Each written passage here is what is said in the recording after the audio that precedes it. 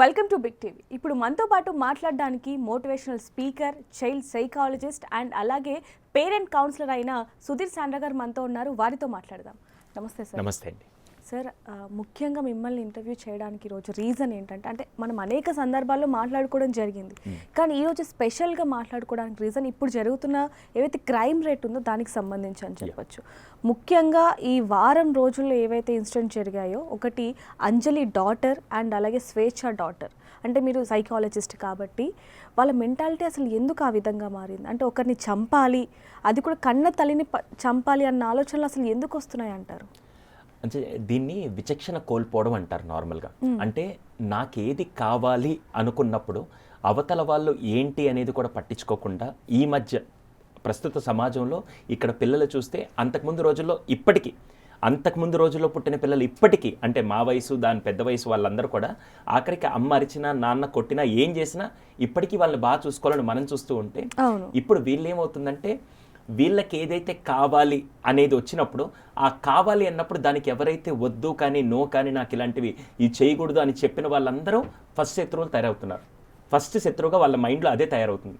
అంటే ఇప్పుడు for example ఆ అమ్మాయి ఎక్కడ ప్రేమించిన విషయంలో అవ్వచ్చు, ప్రేమించి ఎవరైనా ఆ సందర్భంలో ఎవరున్నా కూడా ఆ తల్లి ఇలా వద్దనో ఏదో ఒకటి చెప్పినప్పుడు ఒకవేళ కన్విన్స్ చేయడానికో లేకుంటే ఏదో ఒక మార్చుకునేదానికి సందర్భాలను ఆలోచించడం మానేసి ఇక్కడ చాలామంది విచక్షణ కోల్పోయి, ఒకవేళ సినిమాలో కూడా చెప్తారు, అతడు సినిమాలో ఏం చెప్తారంటే ఒక డైలాగు, నువ్వు ఇంత చిన్న లాజిక్ ఎలా మిస్ అయ్యావు, అతను చనిపోతే నువ్వు సీఎం అవుతావు, అతన్ని చంపేస్తే నువ్వు హంతకుడు అవుతావు. అది ఇక్కడ చాలామంది మిస్ అయ్యే పాయింట్.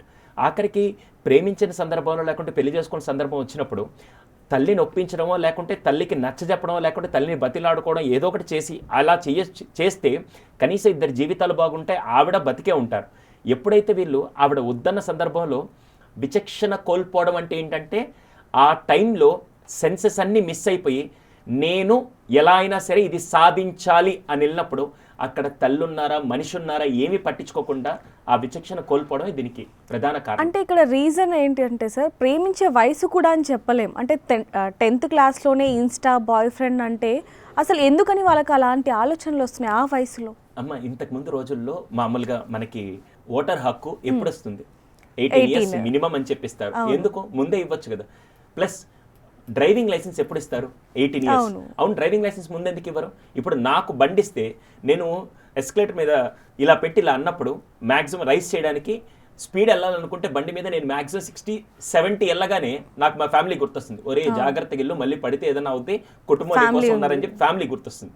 అదే యంగ్స్టర్ ఒక 12 ఏళ్ళలో 13 ఏళ్ళలో 14 ఏళ్ళలో వాళ్ళకి వాళ్ళ నాన్న ఎలాగోలా బండి ఇచ్చో లేకుంటే తెలియకుండా బండి నడుపుతున్నాను అనుకో, వాడు 15 ఏళ్ళు 16 ఏళ్ళు వచ్చినా కూడా బండి రైస్ చేసేటప్పుడు 60-70 వాడికి ఆనదు.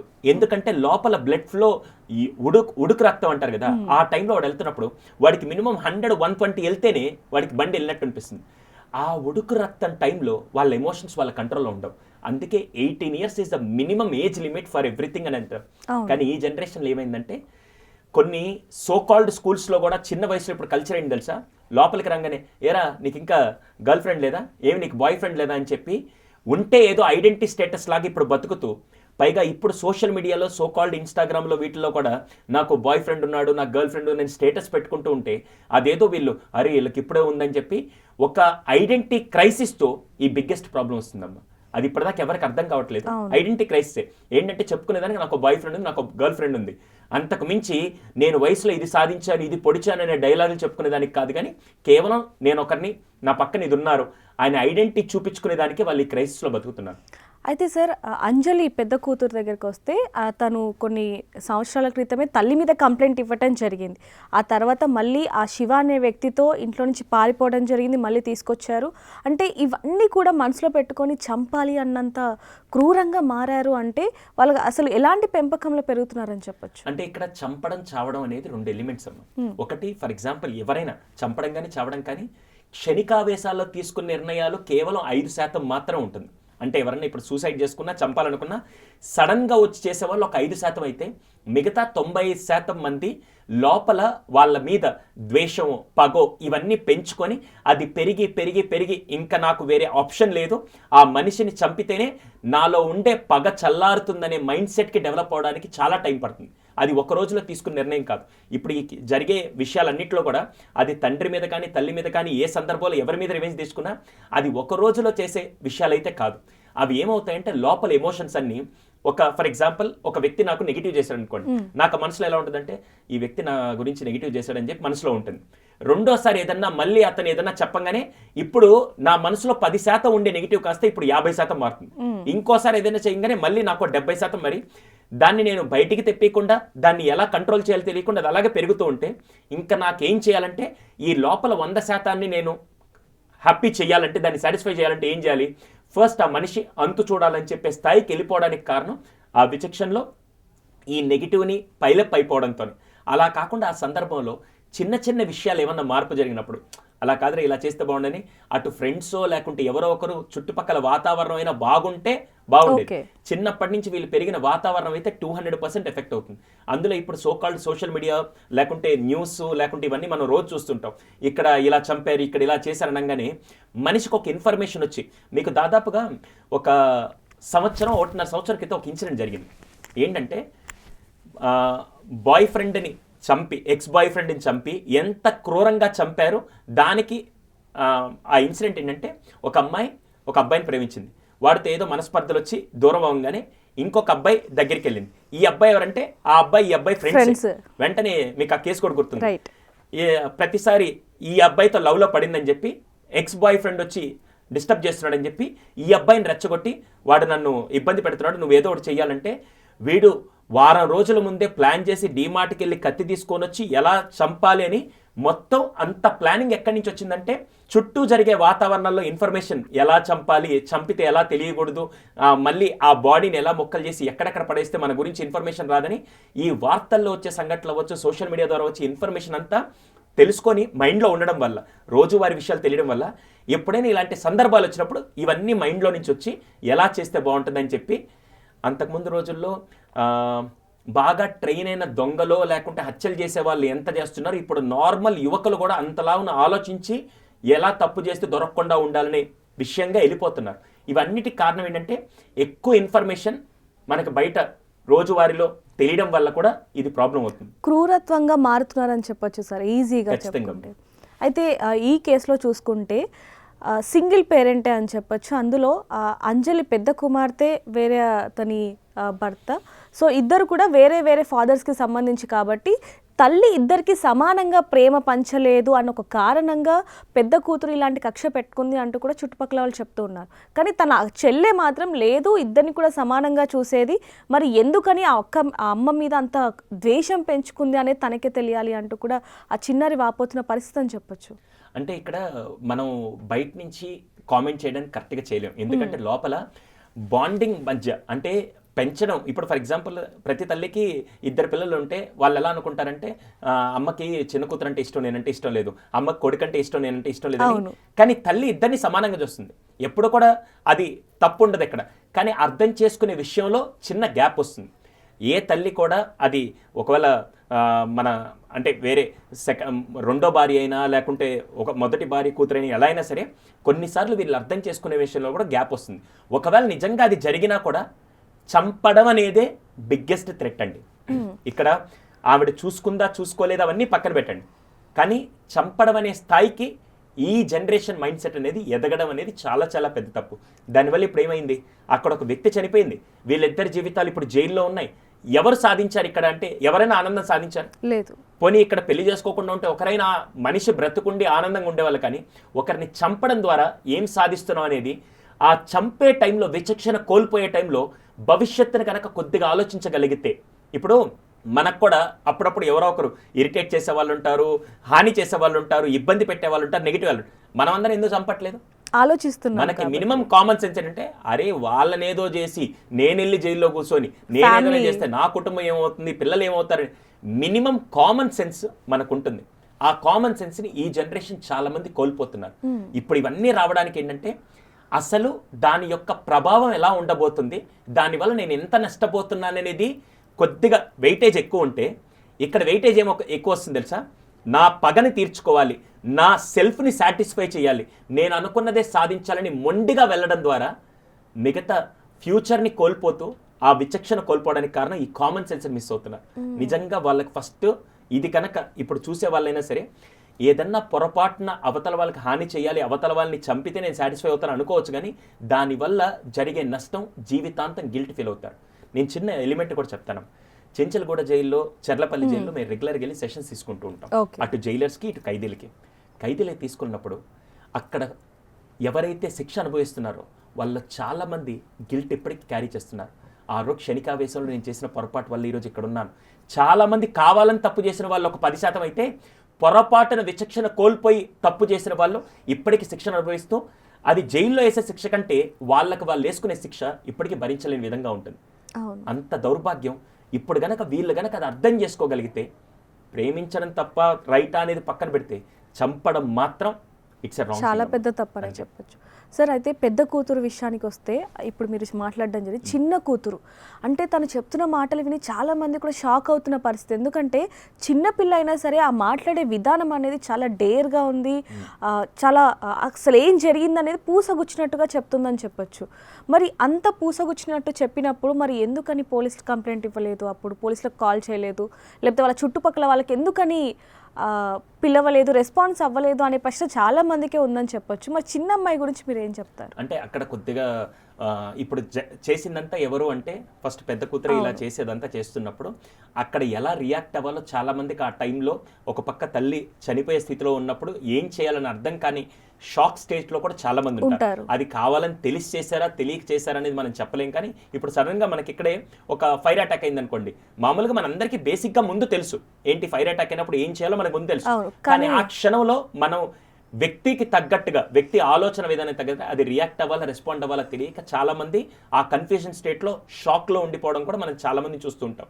అక్కడ ఈ అమ్మాయి కూడా అదే ఇన్సిడెంట్లో ఉండిపోయిందా, లేకుంటే వాళ్ళకి భయపడి, లేకుంటే వాళ్ళు బెదిరించి ఎక్కడ ఆగిపోయిందో కూడా కొద్దిగా అది అన్ని విధాలుగా ఆలోచించాల్సిన కోణం అది. అసలు ఆ చిన్న పాప అయినా ఎంత తెలివిగా, అంటే ఎంత అమ్మ మీద ప్రేమ చూపిస్తుందంటే సార్, వాళ్ళ అమ్మ రూపాయి కొనుక్కోమని ఇచ్చినప్పుడు తను దాపెట్టుకొని ఆ రూపాయలన్నీ కూడా పోగు చేసి వాళ్ళ అమ్మకి బర్త్డే గిఫ్ట్కి ఒక చీర కొనివ్వటం, వాళ్ళ అమ్మకి నచ్చిన చీర, అది చూసి మురిసిపోవటం, అదంతా కూడా అసలు అంటే చిన్న ఏజ్లో తనకు అంత పెద్ద పెద్ద ఆలోచనలు, మా అమ్మని నేను జాగ్రత్తగా చూసుకోవాలి, మంచిగా చూసుకోవాలన్న ఆలోచనలు ఉన్నప్పటికీ కూడా ఇప్పుడు ఆ అమ్మాయి భవిష్యత్తు అసలు ఎటు కాకుండా పోయిందని చెప్పొచ్చు. మరి ఎలా చూడొచ్చు అంటారు? అంటే ఇది కంప్లీట్గా వాళ్ళ పగని తీర్చుకునే దానికి ఒక కుటుంబాన్ని మొత్తం బలి చేసినట్టే ఇక్కడ. దానివల్ల నిజంగా ఇప్పుడు రేపటి రోజున తనకు ఆల్రెడీ ఫాదర్ ప్రొటెక్షన్ ఎవరు లేరు, అట్ ద సేమ్ టైం ఇప్పుడు మదర్ కూడా లేకపోయేసరికి వాళ్ళ కోసం అటు తల్లిని చంపేసి ఇటు ఈమెని అనాథం చేసి చాలా పెద్ద శిక్ష అని చెప్పాలి తనకి. సార్, ఒక చిన్న డౌట్, మామూలుగా పిల్లలు పెరగాల్సింది తల్లిదండ్రుల సమక్షంలో, అలాంటిది ఇటు తల్లి ప్రేమ లేక తండ్రి ప్రేమ లేక ఆ పిల్లలు ఎటువంటి మానసిక వేదన అనుభవిస్తూ ఉంటారంటారు? ఖచ్చితంగా అమ్మా, ఇది ఇప్పుడు కాదు, వాళ్ళు వయసు పెరిగే కొద్దీ రేపటి రోజున ఇంకా నెక్స్ట్ లెవెల్కి వెళ్ళే కొద్దీ ఆ టైంలో ఏదైనా ఎమోషన్ వెంట్ అవుట్ చేసుకోవాల్సి వచ్చినప్పుడు, అంటే ఇప్పుడు ఫర్ ఎగ్జాంపుల్ నేను చెప్తాను, మా దగ్గర కౌన్సిలింగ్కి చాలా మంది వస్తుంటారు. వచ్చినప్పుడు వాళ్ళకి మేమేం ప్రాబ్లమ్ సాల్వ్ చేయం, ఫస్ట్ వాళ్ళు వచ్చి ఒక అర్ధగంట పాటు మొత్తం వెంట్ అవుట్ చేసేస్తే half of the problem solve అయిపోయినట్టు అనిపిస్తుంది. మీరు ఎప్పుడైనా కష్టంలో ఉన్నప్పుడు ఒక్కసారి బాధ గుండెలో బాధ ఎక్కువైనప్పుడు ఒక్కసారి ఎవరితోనైనా షేర్ చేసుకుంటే వాళ్ళు ఏం సమాధానం ఇవ్వాల్సిన అవసరం లేదు, వాళ్ళు మీకేం జవాబు ఇవ్వాల్సిన అవసరం లేదు, కానీ ఆ మూమెంట్ లో మీరు చాలా లైట్ గా హ్యాపీగా ఫీల్ అవుతారు, వెంట్ అవుట్. ఇప్పుడు ఒక ఏజ్ వచ్చి ఒక వయసుకు వచ్చిన తర్వాత ఆ టైంలో ఖచ్చితంగా తల్లో తండ్రో ఎవరో ఒకరి సంరక్షణ అనేది ఖచ్చితంగా ఉండాలి. లేకపోతే ఏమవుద్దంటే ఎమోషనల్ లోన్లీనెస్ అనేది పెరిగి రేపటి రోజున ఈ ఎమోషనల్ వీక్నెస్ పాయింట్ని మిగతా వాళ్ళు కూడా దాన్ని నెగిటివ్గా యూజ్ చేసుకునే సందర్భాలు మనం చాలా చూస్తుంటాం. ఇది కొద్దిగా డ్రాబ్యాక్ అనే చెప్పాలి. అందుకే ఎవరో ఒక పేరెంట్ అయితే ఖచ్చితంగా ఉండాలి, లేకపోతే మాత్రం వాళ్ళ ఎమోషనల్ లోన్లీనెస్ని అవతల వాళ్ళు మాత్రం అది నెగిటివ్ ఇచ్చేస్తారు. ఎందుకంటే సార్, ఇప్పుడు ఈ ప్రశ్న అడగడానికి గల రీజన్ స్వేచ్ఛ కూతురు అని చెప్పొచ్చు. అంటే చిన్నప్పటి నుంచి కూడా తండ్రి ప్రేమ లేదు, తల్లి అంటారా వర్క్లో బిజీ ఉండేది, షూటింగ్స్లో, అండ్ అలాగే పూర్ణచందర్తో బయటికి వెళ్ళినప్పుడు ఆ పాపని వాళ్ళ అమ్మమ్మ తాతయ్య దగ్గర వదిలేసేది. సో సరిగ్గా తల్లి ప్రేమ లేదు, తండ్రి ప్రేమ లేదు, అమ్మమ్మ తాతయ్య కూడా అంటే తల్లిదండ్రుల కంటే బాగా చూసుకోలేరని చెప్పొచ్చు. అలాంటి పెంపకంలో పెరిగిన అమ్మాయి ఈరోజు తన పరిస్థితి ఏంటి అనేది కూడా చాలా మందికి ఒక ప్రశ్నగానే మిగిలిందని చెప్పొచ్చు. అలానే మనం చిన్నప్పుడు అంటే మన పిల్లల్ని చూస్తూ ఉంటాం సార్, ఫాదర్ మదర్ కొంచెం మంచిగా ఉంటే మా మమ్మీతో ఎందుకు ఉంటున్నావు అని చెప్పి పిల్లలు సీరియస్ అవుతూ ఉంటారు. అలాంటిది తల్లితో వేరొక వ్యక్తి కొంచెం క్లోజ్గా ఉంటున్నారంటే ఆ పిల్లల మానసిక పరిస్థితి ఎలా ఉండొచ్చు అంటారు? అమ్మ దీన్ని ఒక చిన్న థింగ్, అంటే ఇది స్వేచ్ఛ గారి విషయం కాదు, ఏ విషయం కాదు. ఒకటైతే చెప్తాను, పిల్లలు అమ్మ నాన్న అనే ఇద్దరు సంబంధం మధ్య పెరిగారు అంటే చాలా బాగుంటుంది. ఎప్పుడైనా అంటే మళ్ళీ చెప్తున్నాను, ఇది స్వేచ్ఛ గారి గురించి మాత్రం కానే కాదు, మిగతా జనరల్ ఈ మధ్య మీరు చాలా క్రైమ్ కేసెస్ లో చూస్తే ఎక్స్ట్రా మ్యారిటల్ అఫైర్స్ వల్ల జరిగే ఇన్సిడెంట్స్ ఎన్నున్నాయో ఒక్కసారి లిస్ట్ తీస్తే మనకి అసలు మాటలు కూడా చెప్పుకోలేని సందర్భాలు ఎక్స్ట్రా మ్యారిటల్ అఫైర్స్ వల్ల జరుగుతున్నాయి. దానివల్ల నష్టపోయేది ఎవరంటే, అక్కడ నాకు కొద్దిగా ఒక లోన్లీనెస్ ఉంది, దాన్ని ఫీల్ చేసుకునే దానికి నేను ఒక పర్సన్తో నేను ఆ టైం బాండింగ్ కోసం నేను చూస్తున్నాను. కానీ దానివల్ల నెక్స్ట్ జనరేషన్ ఎవరైతే ఉన్నారో వాళ్ళ మీద మాత్రం అది డిఫరెంట్గా నెగిటివ్ ఎఫెక్టే ఉంటుంది, పాజిటివ్ కంటే నెగిటివ్ ఎఫెక్ట్ ఉంటుంది. అది అలా కాకుండా ఫర్ ఎగ్జాంపుల్ ఇప్పుడు ఫస్ట్ భర్త చనిపోయారు, లేకపోతే భార్య చనిపోయారు, ఇప్పుడు పాప కోసం బాబు కోసం నేను వేరే పెళ్లి చేసుకొని ఒక కుటుంబాన్ని ఉంది అంటే, కుటుంబాన్ని రూపొందించానంటే మాత్రం దాంట్లో సమస్య ఉండదు. కానీ కుటుంబాన్ని రూపొందించకుండా మీరు కనుక ఎక్స్ట్రా మ్యారిటల్ అఫైర్స్లో కనుక ఉంటే మాత్రం దానివల్ల నెక్స్ట్ జనరేషన్ పిల్లలు ఖచ్చితంగా అది సైకలాజికల్ ఎఫెక్ట్ అవుతుంది. ఈ మధ్య మీరు చాలా సందర్భాల్లో రెడ్ హ్యాండెడ్గా భార్య దొరికింది, భర్త దొరికింది అనే సందర్భాల్లో చూస్తే అక్కడ పిల్లల మీద మానసిక క్షోభ చాలా ఎక్కువై రేపటి రోజున సైకలాజికల్గా వాళ్ళ గ్రోత్లో కూడా చాలా ఎఫెక్ట్ అవుతుంది. అది మాత్రం ఎప్పుడు ఎక్స్ట్రా మ్యారిటల్ అఫైర్ అంటే అది భర్త అయినా అవ్వచ్చు, భార్య అయినా అవ్వచ్చు, అమ్మాయిని అవ్వచ్చు, నాన్నైనా అవ్వచ్చు, ఎవరైనా సరే నా ఆనందం కోసం అనే దాంట్లో వెళ్ళడం ద్వారా అటు పిల్లలు మాత్రం మానసికంగా అది క్షోభనే చెప్పాలి. అది ఇప్పుడు మీకు తెలియదు, కానీ వాళ్ళు పెరిగిన తర్వాత ఎమోషనల్ వీక్నెస్ అనేది లేకుంటే వాళ్ళు సైకలాజికల్గా ఎఫెక్ట్ అయ్యి అది మానసిక కారణాలకు కూడా దారి చేసే సందర్భాలు చాలా జరుగుతాయి. సార్ ఇప్పుడు అంటే మామూలుగా జనరల్గా చూసుకుంటే ఇలాంటి ఇష్యూస్ తర్వాత పిల్లల భవిష్యత్తు ఎలా ఉంటుంది, వాళ్ళ ఆలోచన విధానం అంటే ఇంత చూశారు వాళ్ళ లైఫ్లో, ఆ టైంలో చూడకూడనివన్నీ కూడా చూశారు, ఫేస్ చేయకూడనివన్నీ కూడా ఫేస్ చేశారని చెప్పొచ్చు. మరి వాళ్ళ లైఫ్ ఎలా ఉండబోతుంది? అది పర్సన్ టు పర్సన్ చాలా డిఫర్ అవుతుందమ్మా. అంటే ఇది మనం జనరలైజ్ చేసి చెప్పడం కంటే పర్సన్ టు పర్సన్ చాలా డిఫర్ అవుతుంది. కొంతమంది ఈ విషయాల్ని తీసుకొని ఎమోషనల్గా స్ట్రాంగ్ అయ్యి ఇంకా నేను ఇలాంటి విషయాల్లో చాలా జాగ్రత్తగా ఉంటానని కొంతమంది వెళ్తారు. కొంతమంది మీరు చూడండి, ఇంకా నేను మగవాళ్ళని నమ్మను, నేను ఆడవాళ్ళని నమ్మను, ఇలాంటి వాళ్ళు ఉంటారని చెప్పి కొంతమంది సైకలాజికల్గా ఒక పొయిని క్రియేట్ చేసుకొని రేపటి రోజున ఇంకోసారి ఏమి పెద్దయ్యాక ఫర్ ఎగ్జాంపుల్ మదరో ఫాదరో ఇలాంటి తప్పు చేయడం వల్ల ఆమె చిన్నప్పుడు ఇలాంటివన్నీ చూసిన తర్వాత రేపు తను మ్యారేజ్ చేసుకున్న టైంలో అబ్బాయి అంటే ఇలాగే చూడాలి, అమ్మాయి అంటే ఇలాగే చూడాలి, వైఫ్ని ఇలాగే చూడాలి, భర్తని ఇలాగే చూడాలని చెప్పి వాళ్ళు కొన్ని డిఫైన్ చేసేస్తారు. ఆ డిఫైన్ చేయడం వల్ల నెక్స్ట్ ఎవరైతే వాళ్ళ లైఫ్లోకి వస్తారో వాళ్ళు ఖచ్చితంగా ఎఫెక్ట్ అవుతారు. ఇది మనకి ఇప్పుడు తెలియదండి.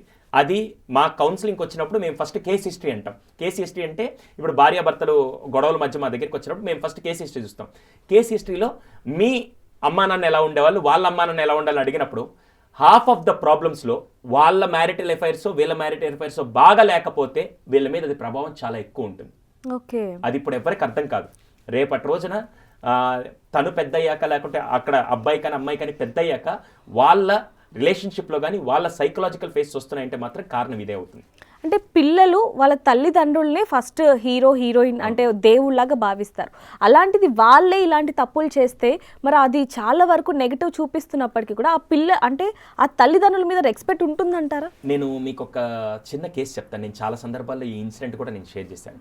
మా దగ్గరకు ఒక అమ్మాయి 19 years అమ్మాయి, ఆల్రెడీ తను 2-3 సార్లు రిలేషన్షిప్లో తను వేరే అబ్బాయిలు ఈ అమ్మాయి వీక్నెస్ని ఫిజికల్గా వాడేసుకొని ఆ అమ్మాయి చాలా సైకలాజికల్ ట్రామాలో డిప్రెషన్ కేసులో మా దగ్గరికి వచ్చింది. ఓకే, తీరా మేము కూర్చోబెట్టి మొత్తం ఏం జరిగిందని అడుగుతూ ఉంటే ఆ అమ్మాయి ఏడుస్తూ వాపోతూ ఒక మాట చెప్పింది. సార్ నాకు 4 years ఉన్నప్పుడు నేను మా అమ్మ నాన్న రోజు గొడవలు పడుతూ కొట్టుకుంటాను, నాకు అసలు ఏం చేయాలో కూడా తెలియదు. 4 years సార్, అసలు నేను ఆడుతూ పాడుతూ ఉండాల్సిన వయసులో అలా ఉండే టైంలో వెంటనే ఏం జరిగిందంటే ఒకరోజు మా అమ్మ నన్ను పెద్ద గొడవ పెట్టేసుకొని ఇంకా విడాకులు తీసుకుందాం అనే స్టేజ్లో నన్ను ఏం చేశారంటే ఉదయాన్నే మా అమ్మ లగేజ్ అంతా సర్దేసుకొని గేట్ బయటకు వెళ్ళి కారు ఎక్కుతూ నేను గుమ్మం దగ్గర నిలబడుకొని మా నాన్న సోఫాలో కూర్చోన్నాడు. నేరుగా మా అమ్మ అక్కడి నుంచి ఇప్పుడు నాతో వస్తావు మీ నాన్నతో ఉంటావు అని అడిగితే ఏం చేయాలో తెలియక గుమ్మం దగ్గరే కూర్చొని కింద కూలబడి ఏడుస్తూ ఉంటే అలాగే మా అమ్మ నన్ను వదిలేసి వెళ్ళిపోయింది. నేను పరిగెడుతూ నాన్న దగ్గరికి వస్తే నాన్న బాధపడితే ఏం చేయాలో తెలియక నాన్న కాళ్ళ దగ్గర కూర్చోన్నాను సార్. ఆ రోజు నుంచి తల్లి ప్రేమ నేను మిస్ అయ్యాను. ఆ ఎమోషనల్ లోన్లీనెస్ ఏమైందంటే ఈ అమ్మాయి వయసు పెరిగే కొద్దీ ఎంత తండ్రి అయినా తండ్రి చేయగలుగుతారు, తల్లి చేయగలుగుతుంది. అక్కడ గ్యాప్ రావడంతో ఏం జరిగిందంటే ఆ అమ్మాయి ఎవరి ప్రేమ దొరికితే వాళ్ళ ప్రేమకి వెళ్ళిపోతుంది. అది 10th class నుంచే స్టార్ట్ అయ్యి తనని ఇప్పుడు ఈమెకి నాకు ఇంట్లో ఏదైనా వస్తువు దొరకకపోతే మనం పైకి వెళ్తాం కదా, అలా ఈ అమ్మాయి ఏంటంటే ఇంట్లో లవ్ దొరకలేదని చెప్పి నేరుగా బయటకు వెళ్ళడం ద్వారా ఈ ఎమోషనల్ వీక్నెస్ని వాడుకోవాలనుకున్న ఇడియట్స్ కొంతమంది ఉంటారు కదా, ఆ అమ్మాయిని అలా ట్రాప్లో పెట్టేసి ఆ రోజు నుంచి ఆ అమ్మాయి మిస్ అవుతూ ఆ అమ్మాయి డిప్రెషన్లోకి వెళ్ళడానికి సైకలాజికల్గా ఎఫెక్ట్ అవ్వడానికి కారణం అంతా ఆ రోజు చిన్నతనంలో ఆ అమ్మాయి మీద పడిన ఎమోషనల్ ట్రామాని ఈరోజు ఈ స్థాయికి తీసుకొచ్చింది. ఒక్కసారి మనం చేసే మన తప్పిదాలతో నెక్స్ట్ జనరేషన్ ఎఫెక్ట్ చేయడానికి తల్లిదండ్రులకి ఏం హక్కు ఉందండి? ఒకవేళ పొరపాటున అమ్మో నాన్నో చనిపోతే వేరే విషయం, కానీ ఇలా ఏదన్నా ఎక్స్ట్రా మ్యారిటల్ అఫైర్సో లేకుంటే డివోర్స్ తీసుకొని విడిపోవడాలో ఇవన్నీ చేస్తూ ఉంటే నెక్స్ట్ జనరేషన్ పిల్లలు మాత్రం అది సైకలాజికల్గా వాళ్ళ మీద చాలా ఎఫెక్ట్ చేస్తుందండి. చాలా కేసెస్ ఇప్పుడు చూస్తున్నాం సార్, వివాహేతర సంబంధాలు పెట్టుకొని భర్తని చంపేయటం, పిల్లల నెలకే చంపేయటం, క్రూరంగా హనీమూన్కి తీసుకెళ్ళి మీరు చూడొచ్చు, అవునండి, మేఘలయ్య అది ఇష్యూ అయి worst ఉండొచ్చు. case అది.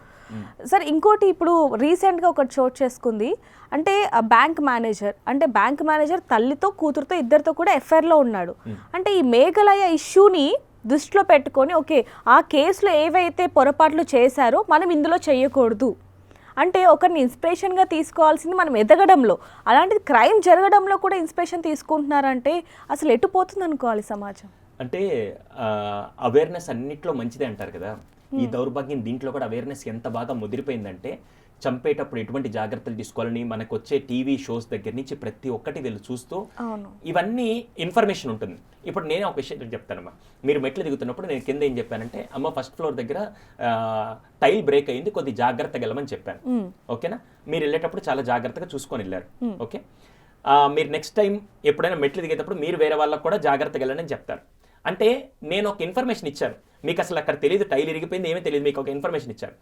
రేపటి రోజున మీరు అక్కడ దిగే టైంకి మీ మైండ్ ఏం చేస్తుంది, కాన్షియస్గా సార్ ఆల్రెడీ చెప్పారు అక్కడ మెట్లు జాగ్రత్తగా వెళ్ళమని. మీరు ప్రతిరోజు లిఫ్టే వాడతారు, ఎప్పుడో 10 రోజుల తర్వాత మెట్లుకి వెళ్ళాలన్నప్పుడు ఫస్ట్ ఫ్లోర్కి రాగానే ఒకవేళ మెట్టు బ్రేక్ అవుతున్న టైం, మెట్టు దిగే టైంలో అక్కడ బ్రేక్ అని ఓ సుధీర్ సార్ ఆల్రెడీ చెప్పారు కదా 10 రోజుల క్రితం అని చెప్పి మీకు అది గుర్తొస్తుంది.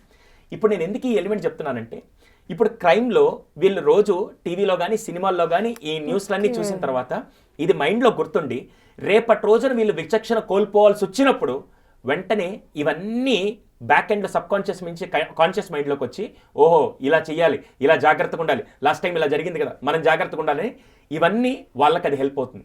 ఇది ఫస్ట్ కేస్.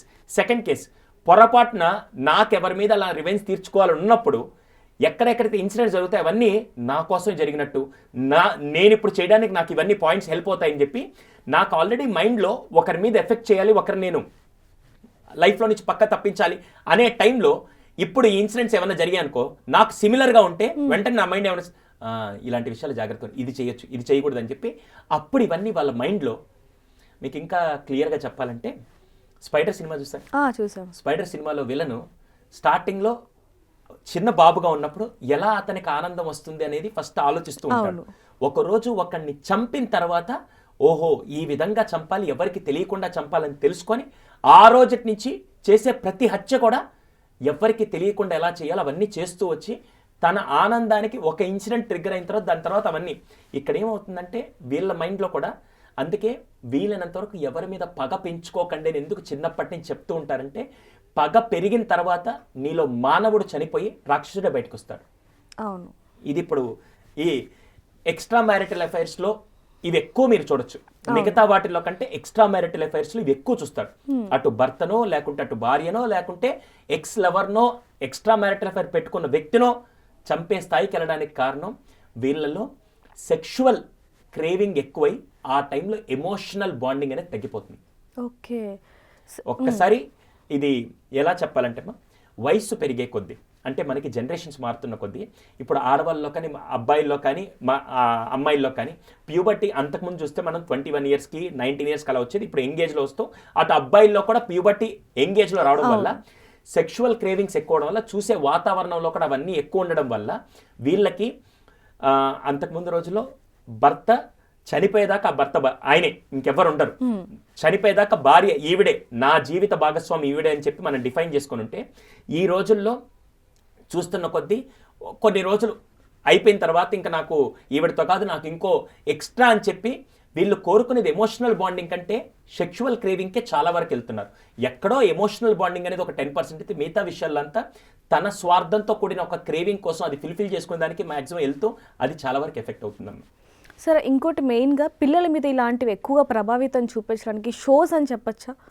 ఎందుకంటే కొన్ని షోస్లో మనం చూస్తున్నాం చిన్న వయసులోనే భార్యాభర్తలుగా నటించటం, లవర్స్గా నటించడం, అంటే వివాహేతర సంబంధాలు పెట్టుకోవడం, ఇవన్నీ కూడా చూస్తున్నాం. వీటి ప్రభావం ఎక్కువగా పడుతుంది అనుకోవచ్చు కదా. అంటే దీన్ని కూడా కొన్ని విషయాల్లో మాత్రం ఎస్ అనే చెప్పొచ్చు. కొన్ని విషయాల్లో అదే షోస్లో కొన్ని పాజిటివ్గా చేపించే షోస్ కూడా ఉన్నాయి. ఇప్పుడు కొన్ని షోస్లో అయితే ఓల్డేజ్ హోమ్స్లో తల్లిదండ్రులను ఎలా చూసుకోవాలని చెప్పే మెసేజ్లు ఉండే దాంట్లో అయితే వీళ్ళు పాజిటివ్గా నేర్చుకుంటారు. మనం వాళ్ళని ఎలా ఫీడ్ చేస్తున్నాం అనే దాన్ని బట్టి మీరు అక్కడ కనుక నెగిటివ్ చూపిస్తూ అలా చేశారంటే మాత్రం అది ఖచ్చితంగా నెగిటివ్ వాళ్ళు తీసుకొని వాళ్ళు ఎఫెక్ట్ అవుతుంది. కానీ వాళ్ళ లైఫ్ మొత్తం కూడా స్పాయిల్ అయ్యే సిచ్యువేషన్స్ వస్తున్నాయని చెప్పొచ్చు. ఇవన్నీ ఇక్కడ ఏంటంటే మనం చదివిస్తున్నాం, వాళ్ళని స్కూల్కి పంపించేస్తున్న తర్వాత వాళ్ళకి ఏం తెలియట్లేదులే, వాళ్ళు స్కూల్కి వెళ్తున్నారు, ఇంట్లో ఏం జరిగినా పెద్దగా తెలియదులే, నేను ఎక్స్ట్రాగా ఏమన్నా చేసినా కూడా ఇది వీళ్ళకి ఎఫెక్ట్ అవ్వదులే అని చెప్పి చాలామంది అనుకుంటుంటారు. కానీ ఈ రోజుల్లో పిల్లలు చాలా స్మార్ట్. నేను ఒక కౌన్సిలింగ్కి వచ్చినప్పుడు ఒక మదర్ చెప్పిన విషయం నాకు ఇప్పటికీ, ఇంత దౌర్భాగ్యపు స్థితిలో తల్లుందా, తల్లే నా దగ్గరికి కౌన్సిలింగ్ వచ్చింది, ఇంత దౌర్భాగ్య స్థితిలో తల్లుందా అని చెప్పి తర్వాత నాకు అర్థమైంది. వాళ్ళ బాబుని తీసుకొని వచ్చింది కౌన్సిలింగ్. వాళ్ళ బాబు ఏదో కొద్దిగా డిఫరెంట్గా ఉన్నాడని చెప్పి 14 ఏళ్ళ కుర్రాన్ని తీసుకొని వచ్చి కౌన్సిలింగ్ కూర్చోబెడితే తర్వాత మొత్తం కౌన్సిలింగ్లో మేము మొత్తం డీటెయిల్స్ అన్నీ లాగుతూ ఉంటే ఆ కొడుకు వచ్చి తల్లిని బెదిరిస్తున్నాడంట. ఏమని, నువ్వు గనక నేను అడిగింది చేయకపోతే, అంటే నాకు కావాల్సినప్పుడు డబ్బులు ఇవ్వకపోతే నీ ఎఫ్ఐఆర్ గురించి నాన్నకి చెప్పేస్తా అనే స్థాయిలో ఎంత దౌర్భాగ్యపు కల్చర్లో ఇప్పుడున్నా ఒకసారి ఆలోచించుకోండి. ఆ తల్లి దేని తీసుకొచ్చిందంటే కౌన్సిలింగ్కి, మా వాడు ప్రాపర్గా చదవట్లేదండి, బిహేవియర్ ఈ మధ్య స్టబర్న్గా ఉంటున్నాడని చెప్పి తీసుకొస్తే మేము మొత్తం మాట్లాడిన తర్వాత మాకు తెలిసిన విషయం ఇలా ఉంది. సార్, మరి ఇంత దారుణం అంటే ఏం తెలియని సమయంలో ఆ ఏజ్లో ఇవన్నీ కూడా తెలుసుకొని వాళ్ళు ఎంత డిస్టర్బ్గా ఉంటారు అసలు. మా స్క్రీన్ ముందు కాబట్టి, టీవీలో కాబట్టి ఇవన్నీ చెప్పలేక ఒక్కసారి కౌన్సిలింగ్ కేసులోకి వచ్చిన తర్వాత ఇంతకంటే దారుణమైన సంఘటనలు, దౌర్భాగ్యపు విషయాలు ఎలా ఉన్నాయో మా కౌన్సిలింగ్లో 4 గోడల మధ్య తెలుస్తూ ఉంటాయి. అన్నీ ఇక్కడ దాకా చెప్పలేం కాబట్టి అందుకే చాలా చాలా విషయం నేను అనే ఎలిమెంట్ కొన్ని రోజులు పక్కన పెట్టి మనం అనే ఎలిమెంట్ తీసుకొని వచ్చి అక్కడ నీకంటూ ఒక భార్య ఉందనో, నీకంటూ ఒక భర్త ఉన్నాడనో, నిన్ను నమ్ముకొని కొంత కుటుంబ సభ్యులు ఉన్నారని ఎప్పుడైతే మనిషి ఆలోచించగలుగుతాడో అదే అతని గొప్ప వ్యక్తిత్వాన్ని తీసుకొస్తుంది. ఏమి నీకు ఆ స్వేచ్ఛ లేకపోతే మ్యాక్సిమం నువ్వు ఒక్కడే బాధపడతావు. ఈరోజు నువ్వు ఈ తప్పు చేయడం వల్ల ఎంతమంది ఎఫెక్ట్ అవుతున్నారు ఒక్కసారి ఆలోచించండి. అటు నీ ద్వారా చాలామందికి దేవుడు పిల్లల్ని ఇవ్వాల. హానెస్ట్ చెప్తున్నది, ఎంత బాధగా ఉంటుందో కౌన్సిలింగ్కి వచ్చి అటువంటి బాధపడి ఏడ్చే వ్యక్తుల్ని మేము ఓదార్చలేక మేము చాలా బాధపడుతుంటాం. అటువంటి వ్యక్తులను వదిలేసి దేవుడు మీకే పిల్లల్ని ఇచ్చాడంటే మీరు ఎంత బాగా చూసుకోవాలి. కానీ మీరేం చేస్తున్నారంటే ఇటువంటి నీ ఆనందం కోసం దాన్ని ఇంకా వేరే పదాలు వాడకూడదు, కానీ అలాంటి విషయాల కోసం వాళ్ళని బాధపడడానికి మీకు హక్కు ఎక్కడ ఉంటుంది? దయచేసి ఒక్క విషయం మాత్రం చాలా చాలా జాగ్రత్తగా, మీరు అనుకోవచ్చు ఏముంది సార్ పిల్లలకి అన్నీ ఇస్తున్నాం కదా, అన్నీ ఇవ్వడం ముఖ్యం కాదు, ఇలాంటివి ఇవ్వకపోవడం అన్నిటికంటే ముఖ్యం అండి. నిజంగా సార్, తల్లిదండ్రులు ఏదైనా ఒక నిర్ణయం తీసుకునే ముందు పిల్లల భవిష్యత్తును దృష్టిలో పెట్టుకొని ఏమైనా నిర్ణయాలు తీసుకుంటే వాళ్ళ భవిష్యత్తు చాలా బాగుంటుందని చెప్పొచ్చు. ఇప్పటికీ నేను కొంతమంది తల్లిదండ్రులకు చేతులు జోడించి వాళ్ళకి పాదాభివందనం చేసినా తక్కువే అవుతుంది. ఎందుకంటే అలాంటి వాళ్ళు ఏంటంటే ఈరోజు వాళ్ళు కష్టపడేది, వాళ్ళ నరకం చూసేది కూడా పిల్లలకి మంచి భవిష్యత్తు ఇవ్వడానికి. ఆ టైంలో వాళ్ళు ఏ విషయాలకి అసలు డిస్టర్బ్ అవ్వరు. వాళ్ళకి ఎన్నో కోరికలు ఉంటాయి, కానీ ఆ కోరికలన్నీ చంపుకొని కేవలం నా పిల్లలు బంగారు భవిష్యత్తు అనే బ్రతికే ప్రతి తల్లిదండ్రులకి శిరస్సు వంచే పాదభివందనం. కానీ కొంతమంది మాత్రమే ఇటువంటి మూర్ఖపు చర్యకెళ్ళి డబ్బుంది, పేరుంది, ఇలాంటి వాటికి వెళ్ళిపోయి వాళ్ళు నాశనం అవడంతో పాటు నెక్స్ట్ జనరేషన్ని కూడా నాశనం చేస్తున్నారంటే వాళ్ళని మాత్రం ఏం చేయాలో నాకు అర్థం కావట్లేదు. నిజంగా సార్, పేరెంట్స్ ఒక నిర్ణయం తీసుకునే ముందు ఈ వీడియో కనుక చూస్తే వాళ్ళ పిల్లల భవిష్యత్తు మాత్రం దృష్టిలో పెట్టుకోవచ్చు అని చెప్పొచ్చు. చాలా విషయాలను మాకు చాలా చక్కగా వివరించారు. Thank you sir. Thank you so much. For more videos like this, subscribe Big TV channel.